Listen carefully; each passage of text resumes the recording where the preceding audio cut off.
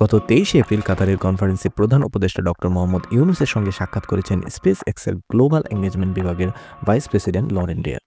এ সময় তাদের আলোচনায় পেপালের প্রসঙ্গটি উঠে আসে এবং এরপর থেকেই বাংলাদেশের মানুষের মনে আরও একবারের মতো বাংলাদেশে পেপাল নিয়ে আশা জাগ্রত হয়। বিশ্বের অন্যতম একটি পেমেন্ট গেটওয়ের নাম হচ্ছে পেপাল। এখন দুঃখজনক হলেও সত্য যে বিশ্বের ২০০টি দেশে পেপাল চালু থাকলেও বাংলাদেশে নেই।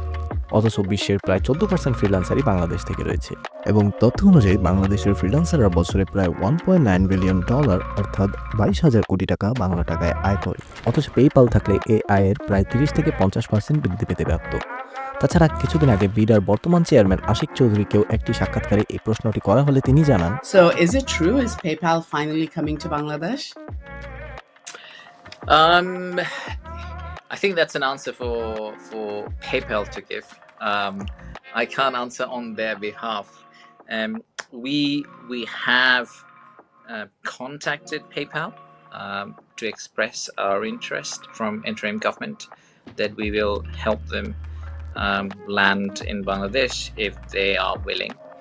পেপাল বাংলাদেশে আসলে ফ্রিল্যান্সারদের যেমন সুবিধা হবে, সেই সাথে আন্তর্জাতিক মার্কেট থেকে কোনো কিছু কেনাকাটার জন্য পেমেন্ট সিস্টেমও সহজ হবে। পাশাপাশি প্রবাসীদের জন্য টাকা পাঠানোর পথটাও আরও সুগম হবে। তাছাড়া পেপালকে যদি বিকাশ কিংবা নগদের সাথে সংযুক্ত করে দেওয়া যায়, সেক্ষেত্রে এটি প্রত্যন্ত অঞ্চল থেকে প্রত্যন্ত অঞ্চলেও টাকা পাঠানো কিংবা গ্রহণ করাকে আরও সহজ করে তুলবে।